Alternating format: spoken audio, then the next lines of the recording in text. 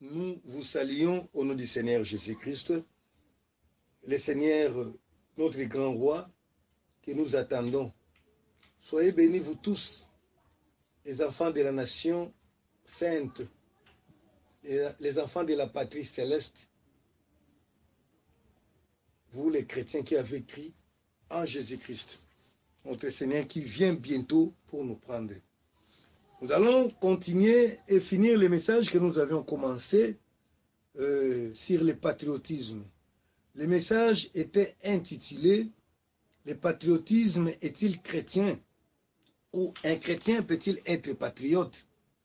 Dans ce message, bien-aimés, nous avons parlé, nous avons démontré que le patriotisme est un sentiment qui pousse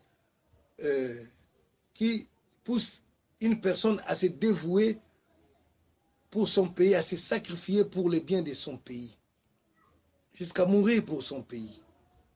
Et nous avons démontré que tous sur la terre, le Seigneur nous a placés sur une quelconque nation, sur un quelconque territoire. Et nous naissons toujours dans une nation. Mais il s'est fait que le Seigneur Dieu, le créateur de toutes les nations, avait choisi une nation pour pouvoir accomplir son projet. Le projet qui était de pouvoir réunir toutes les nations, tous les hommes, toutes les tribus de la terre autour d'un seul chef, Jésus-Christ. Et il avait choisi une nation, Israël, pour que Israël soit une nation de sacrificateurs. Donc, c'est-à-dire, il a montré à Israël comment adorer Dieu, comment servir Dieu, afin qu'Israël puisse annoncer au monde. Mais Israël a désisté, il a failli. Dès le départ, nous l'avons démontré que Israël a refusé d'être la nation des sacrificateurs, mais il a voulu être une nation où il y avait une partie des sacrificateurs. Et cela est arrivé comme ça, jusqu'à ce que le Seigneur a fait une nouvelle alliance pour recréer une nouvelle nation. Et cette nouvelle nation-là était prévue aussi parce que le Seigneur avait prévu de pouvoir réunir toutes les nations de la terre. Dans cette nouvelle alliance, à créer cette nouvelle nation, il a fait que Israël, une partie d'Israël selon la chair, et les autres nations, il a choisi, il a ramassé des peuples par-ci par-là pour pouvoir faire d'un seul peuple une nouvelle nation. Et de là, nous avons démontré pour dire que les chrétiens ont déjà une nation, ils ont une idéologie à défendre. Et nous disons que ce n'est pas correct. Ce n'est pas correct qu'un enfant de Dieu devienne un patriote de sa nation terrestre. Nous ne sommes pas en train de dire que nous n'allons pas chercher le bonheur de notre pays, parce que parmi les devoirs, mais nous ne sommes pas de patriotes dans le sens pour mourir pour ce pays. Parce que le pays de la terre d'où nous sommes sortis comme Abraham était sorti, a aussi ses lois. Et parfois, ces lois ne sont pas en conformité avec les lois de Dieu. Nous avons un idéal à défendre. Nous avons nos devises à nous. Nous avons des choses. Nous avons nos lois. Le monde aussi a les siens. Mais le problème, c'est qu'aujourd'hui, les gens jouent avec l'église du Seigneur. Il y a des gens qui ont amené les drapeaux dans l'église. Parfois, ils ne savent pas ce que signifient les drapeaux-là. Aujourd'hui, bien-aimés, c'est devenu de monde. Et nous avons dit, nous avons démontré qu'un chrétien, l'église et le territoire de Christ, mettre les drapeaux d'une patrie terrestre dans l'église signifie que nous acceptons toutes les lois de ce pays-là. Voilà, vous acceptez par les signes, mais dans la bouche, vous dites que vous n'allez pas obéir parfois aux lois de l'homosexualité. Bien-aimé, c'est déjà un péché. Et encore, nous ne savons pas les emblèmes, les dessins, les significations réelles. Parfois, les concepteurs savent ce qu'ils ont fait. Nous avons un autre drapeau, nous avons nos emblèmes. Alors aujourd'hui, nous parlons sur la déception des chrétiens. Bien-aimé, les chrétiens est un peuple déçu. La déception du chrétien, c'est la déception du chrétien colonisé, conquis, soumis par l'étranger. Bien-aimé, dans la réalité de notre vie, étant chrétiens, nous vivons sur la terre, mais il s'est fait que nous vivons dans une terre où parfois qui est sous le pouvoir de notre peuple ou d'une organisation et qui est en train de martyriser, de maltraiter le peuple. Vous savez, la colonisation est un mal. Moi, j'ai communiqué que la colonisation n'a jamais été un bien, bien qu'on cherche toujours à le présenter sous une forme meilleure. Parce que les colonisés disent que nous avons appris l'écriture, mais si on regarde bien, on voit que chaque peuple avait son écriture. Il y a beaucoup de choses. Mais la colonisation, c'est un drame humanitaire. C'est un drame bien-aimé. La colonisation, c'est le fait d'annexer ou d'utiliser un peuple, un territoire, quelque chose à des fins mercantiles, pour des intérêts privés, égoïstes. Et il y a quelqu'un, j'aime pas citer les prophètes du monde, c'est-à-dire les païens. Mais parce que la colonisation, je suis en train de parler de la déception du chrétien colonisé, la déception d'un peuple colonisé, je suis obligé parfois d'évoquer les définitions du monde, parce que la colonisation est un mot païen, ce n'est pas un mot qui vient de la Bible. La colonisation, quelqu'un l'a dit, c'est la chosification. Césaire, vous le connaissez bien. Il a dit c'est la chosification. Donc, quelqu'un qui vit sous la colonisation, c'est une personne qui n'a plus de dignité, qui a perdu sa dignité, parce que la colonisation n'a jamais été une bonne chose. Qui vient chez quelqu'un pour le coloniser, c'est pour lui dire que tout ce que tu fais là n'a jamais été bon, moi je t'apprends. Et or, le Seigneur nous a créés dans la diversité. Aujourd'hui, même ceux qui avaient colonisé, certains peuples comprennent que c'était une mauvaise chose, mais ils les avaient fait pour des intérêts privés, mercantiles, comme vous venez de dire là. Bien aimé, j'aimerais dire une chose que nous savons tous, que Jésus-Christ est né, a vécu, a travaillé, est mort sous la colonisation romaine. Donc la vie du Seigneur sur la terre, il a vécu sous la colonisation de l'Empire romain, de la Rome que nous connaissons aujourd'hui.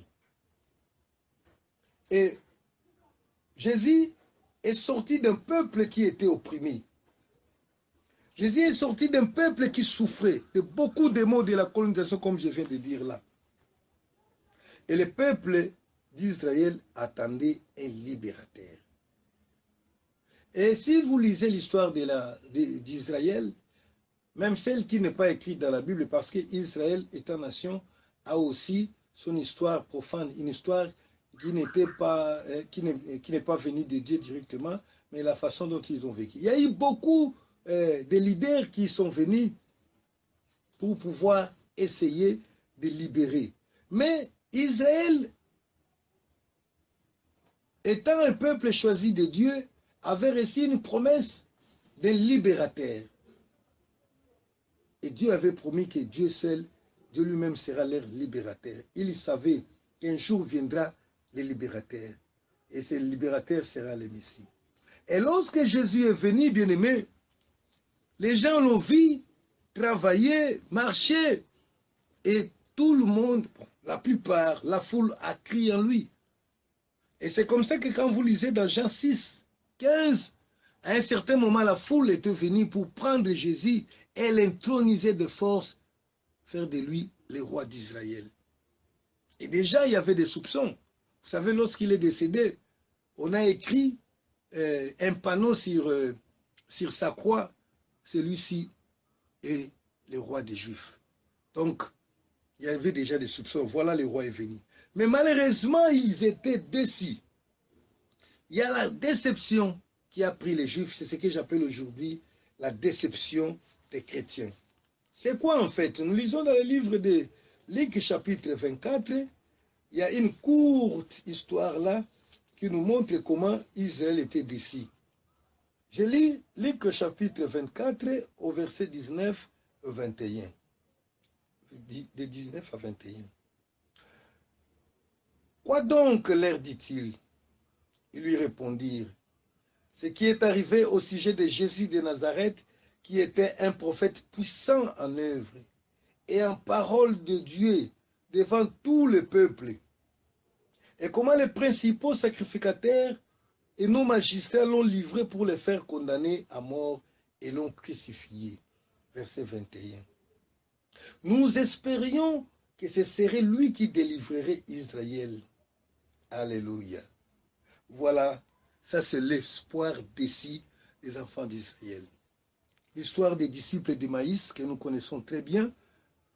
Ces disciples allaient à Emmaüs après la résurrection, après la mort et la résurrection du Seigneur Jésus-Christ. Ils étaient très déçus.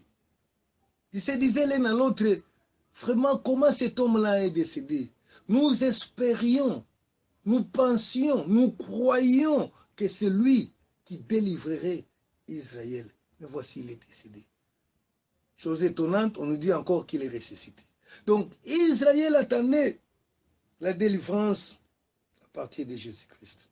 Mais cela n'était pas venu. Bien-aimés, laisse-moi vous dire, peut-être de la façon la plus brute possible, et ça peut te choquer, mais je te dis une chose, que l'Église n'a pas réussi la mission de développer un quelconque pays.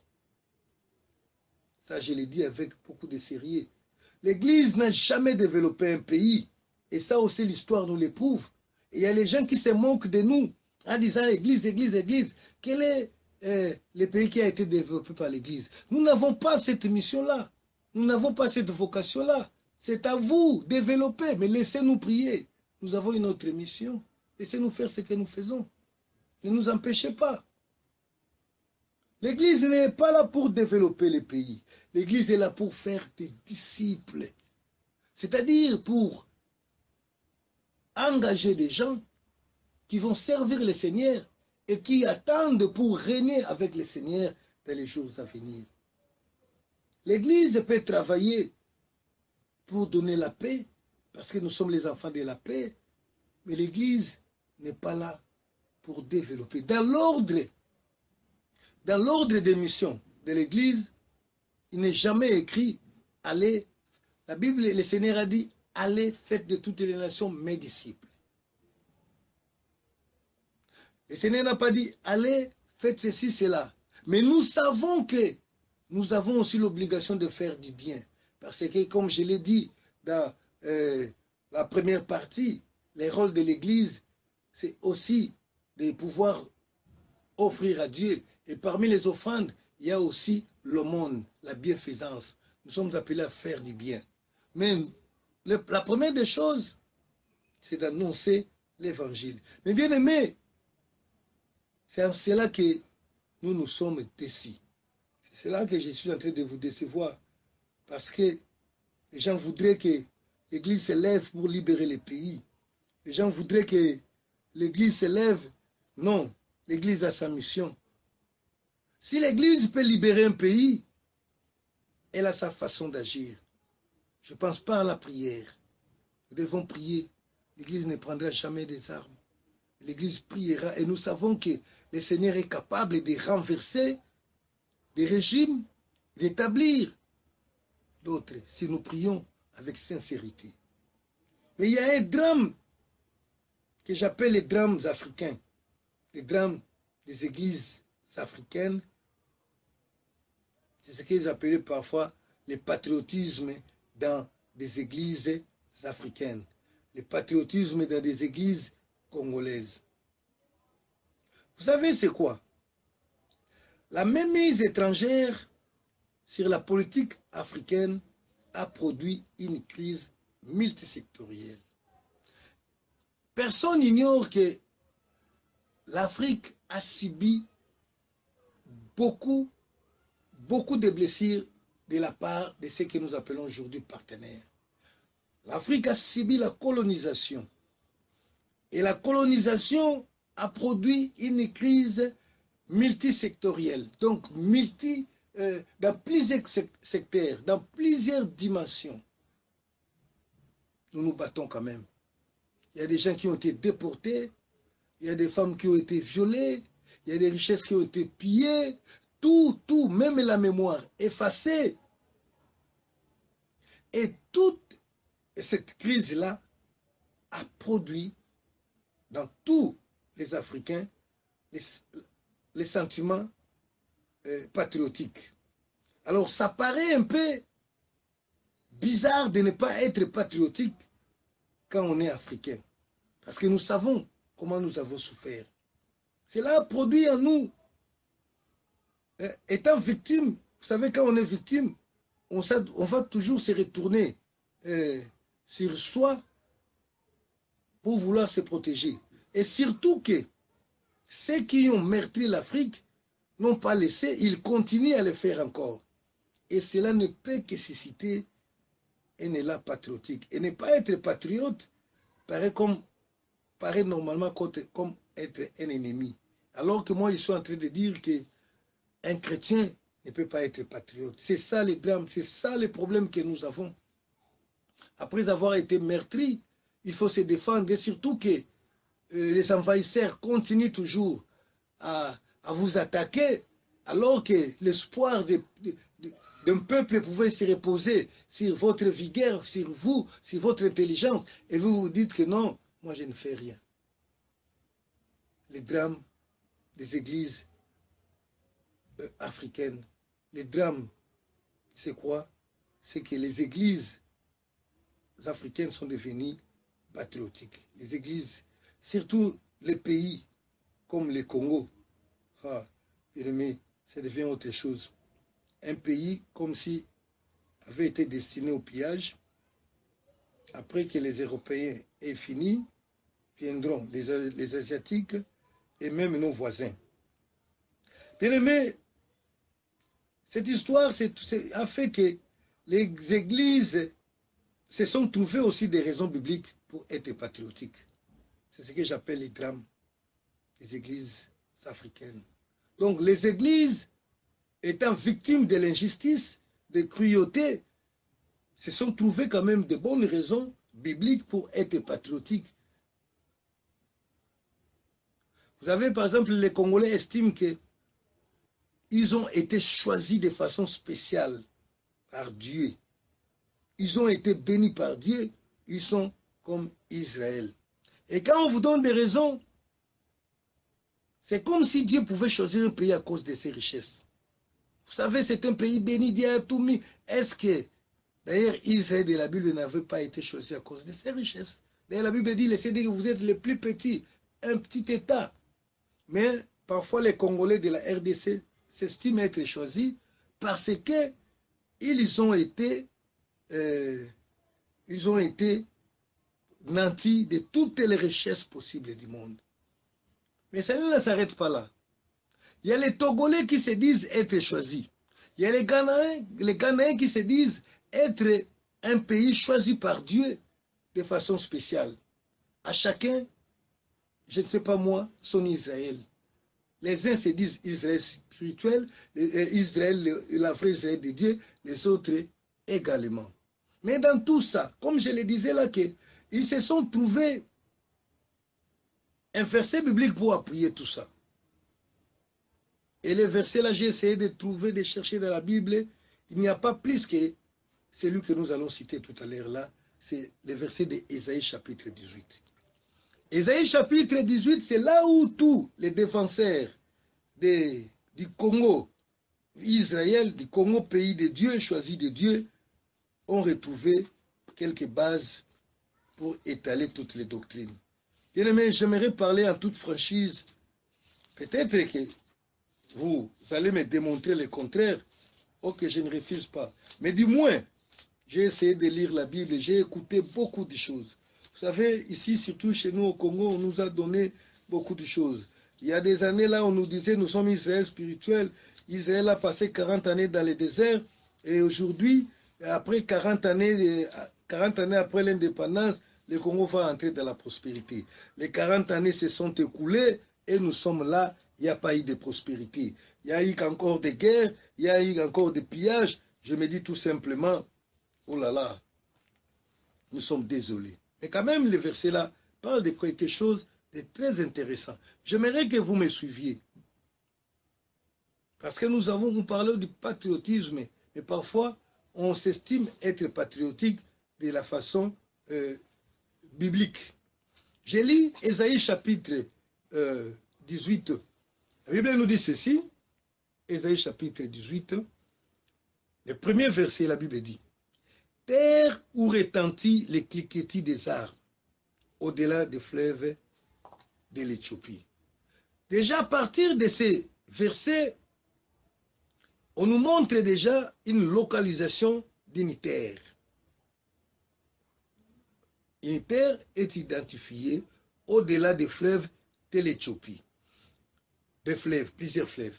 Et l'Éthiopie, dans la Bible, l'Éthiopie a été ce pays que nous connaissons comme,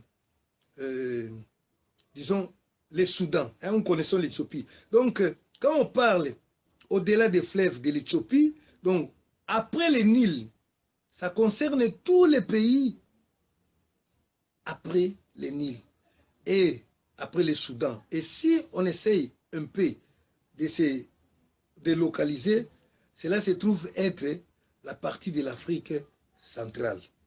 Et encore la Bible a dit, terre où retentit les cliquetis des armes. Donc c'est-à-dire c'est une terre où il y a beaucoup, beaucoup de guerres, beaucoup de bruit de guerre. Et quand on regarde cela, cela tombe en Afrique centrale et plus précisément au bassin du Congo ou bien carrément au Congo. Verset 2, la Bible dit, « Toi qui envoies sur mer des messagers dans les navires des gens voguant sur la surface des eaux. » Verset 1, oui. « Allez, messagers rapides, vers la nation forte et vigoureuse.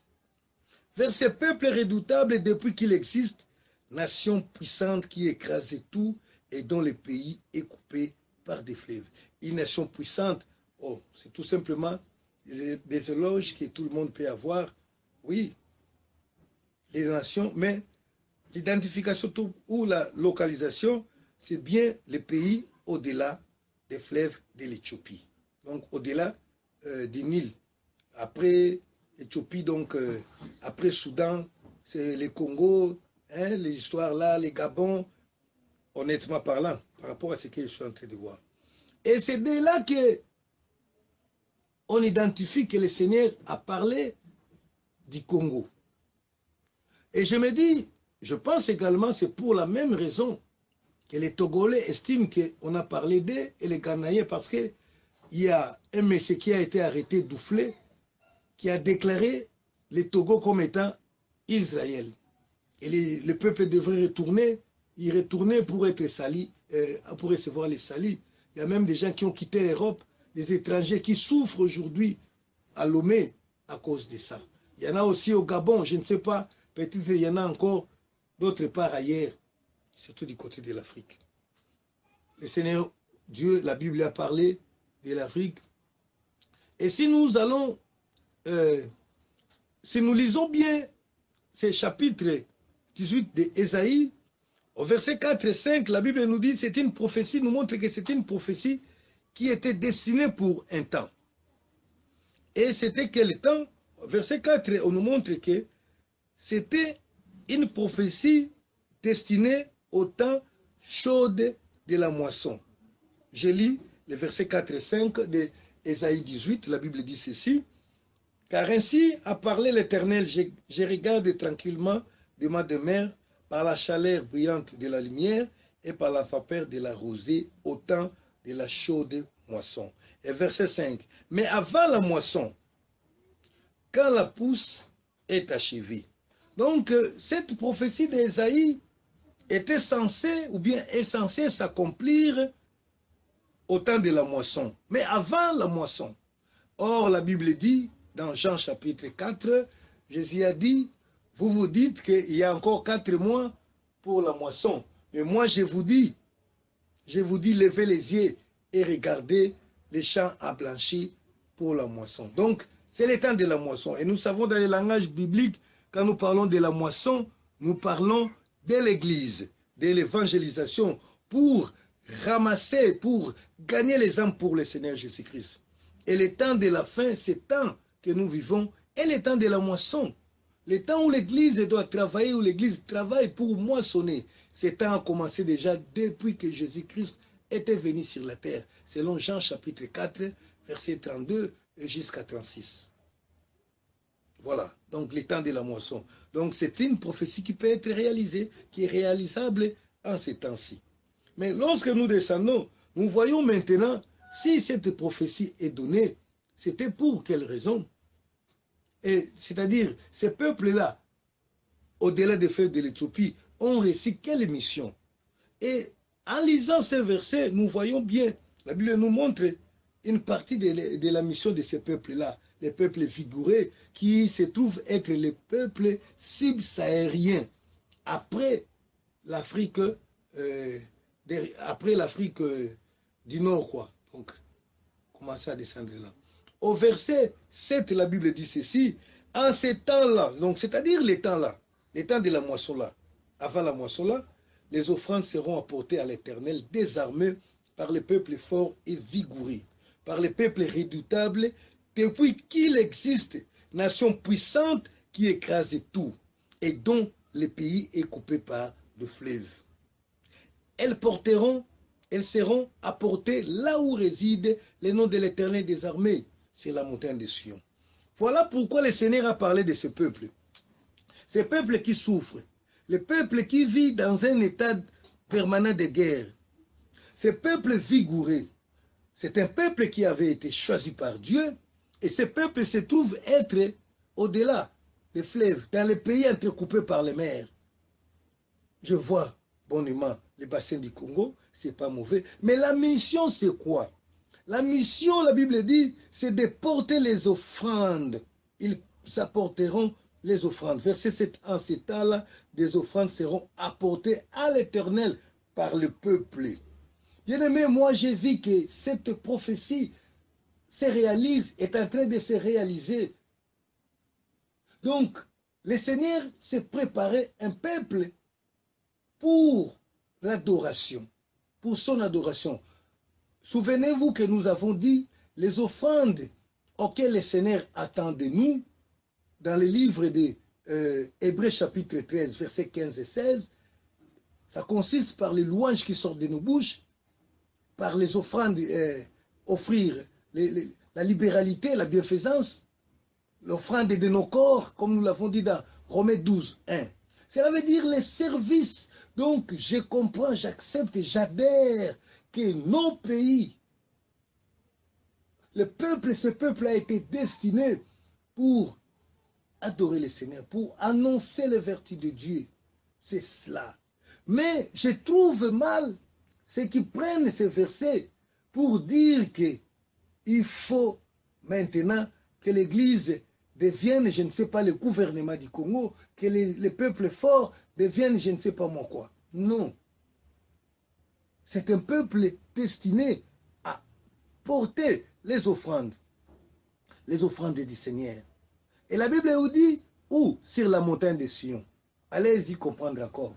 Ce n'est pas dit que nous devons aller à Jérusalem là-bas, parce que Jean 4, 21 jusqu'à 23 nous dit que l'heure vient, elle est déjà venue, où les vrais adorateurs adoreront le Père en vérité et en esprit. Et ça ne sera plus sur la montagne de Samarie, ni à Jérusalem. Mais lorsque la Bible parle de la montagne de Sion, la Bible parle d'une montagne sainte, une montagne spirituelle. Hébreux chapitre 12, verset 18 à 22.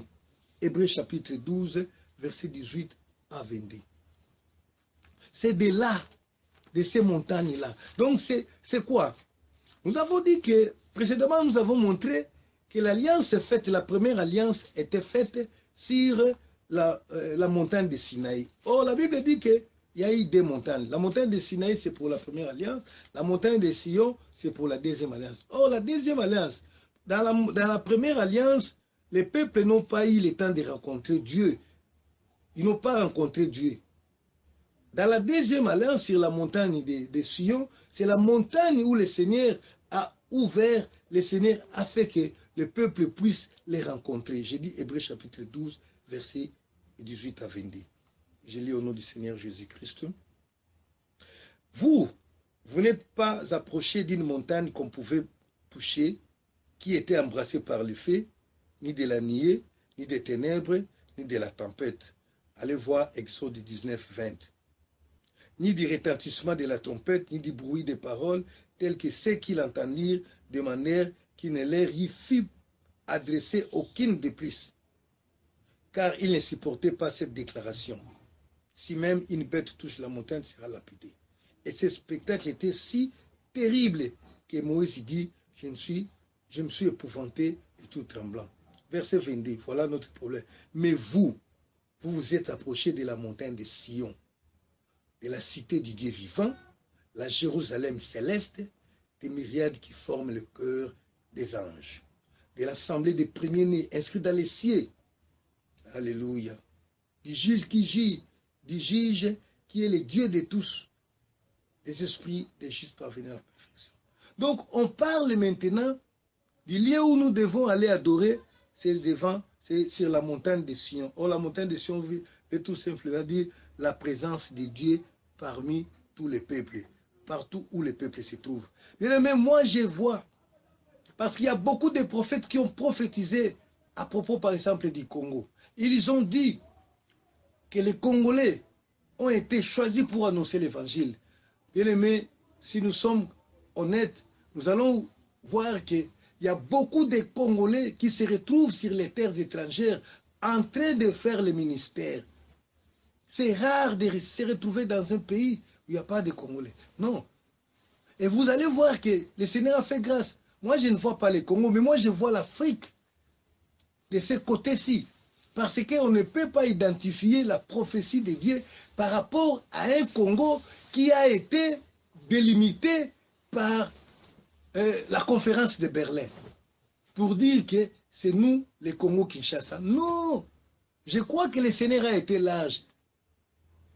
Les pays au-delà de l'Éthiopie. Le peuple de ce côté-là.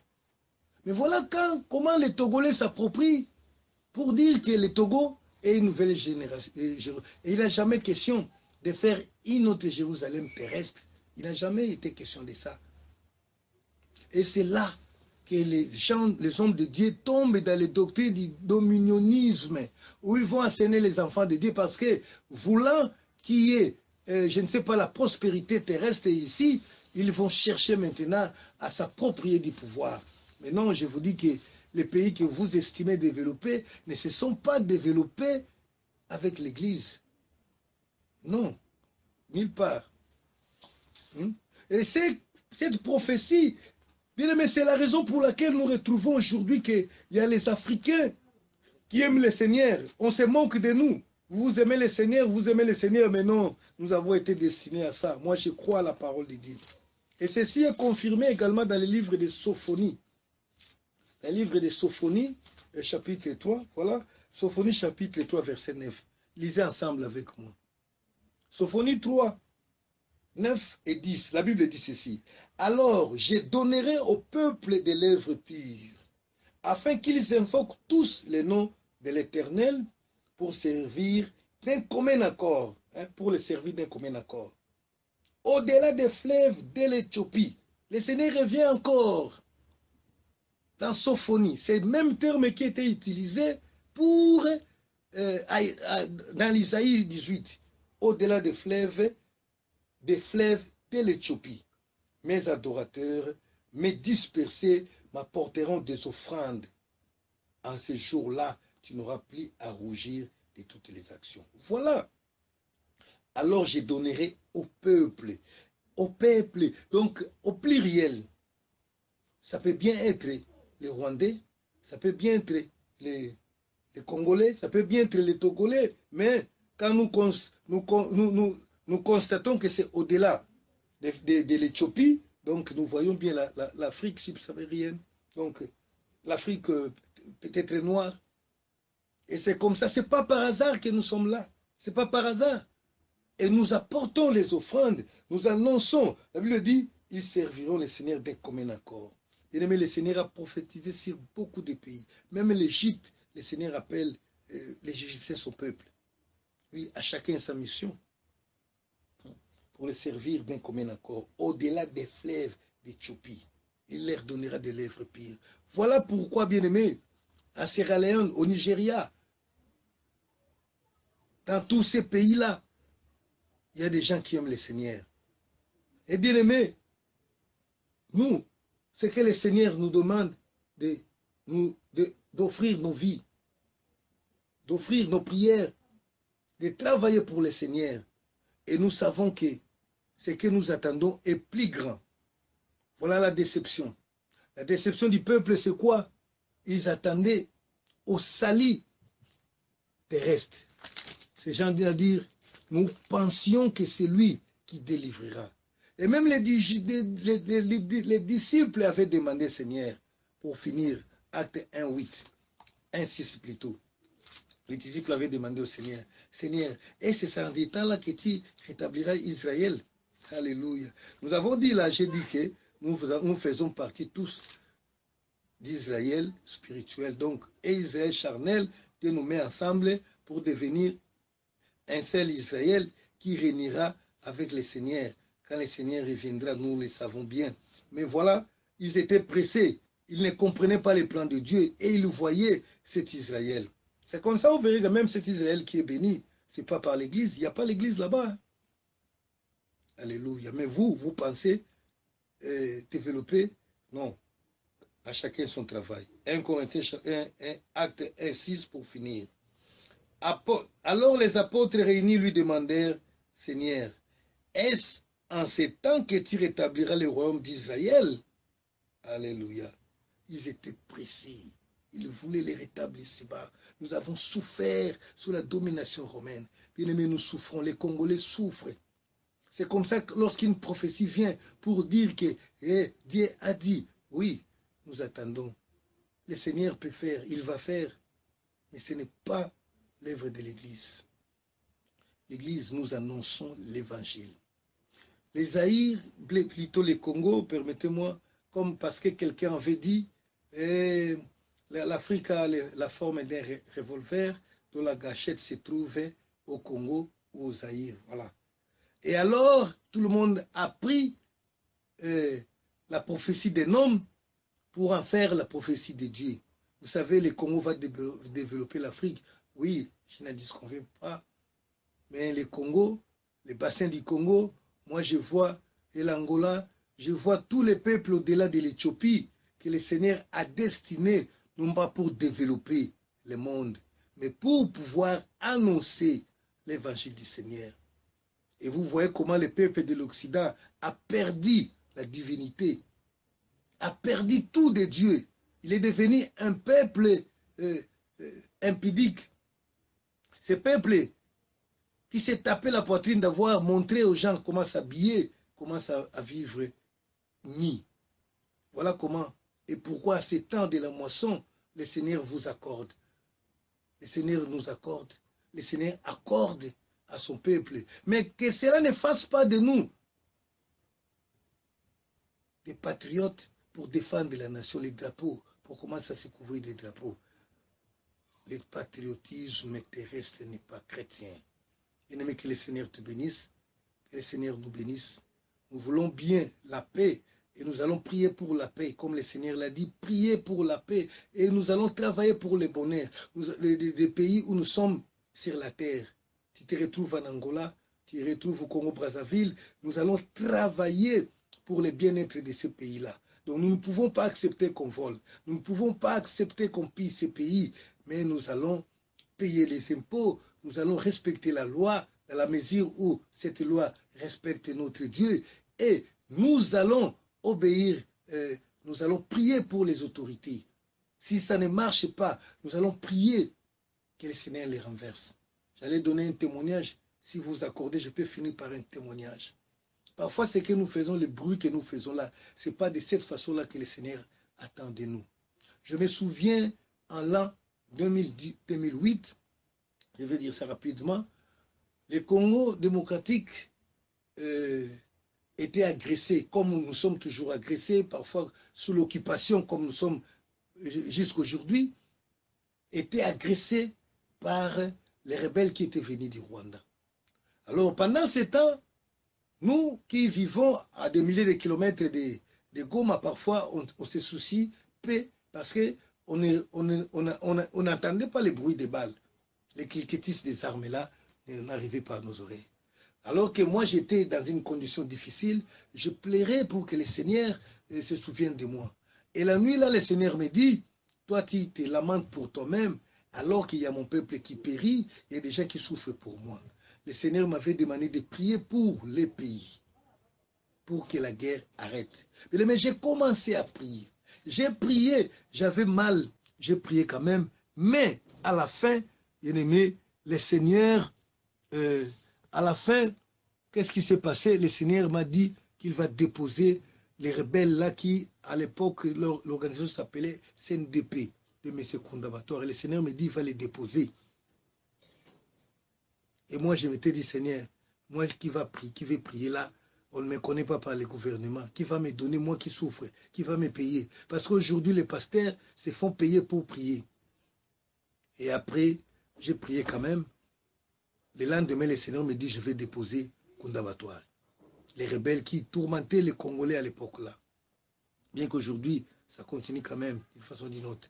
Et quand le Seigneur m'a dit ça, le matin, j'ai parlé à deux frères. À une sœur, la sœur a crié, et le frère a dit, ce n'est pas possible. Tu sais que ces gens-là sont soutenus par les Américains. Rien ne leur arrivera. J'ai dit, le Seigneur m'a dit. 2 semaines après, le Messie était tombé. Cela veut dire que l'Église doit prier avec sincérité. Chacun chez lui. Ce n'est pas tout simplement question d'aller au stade ou de faire des choses, de parader comme ça. Là. Non.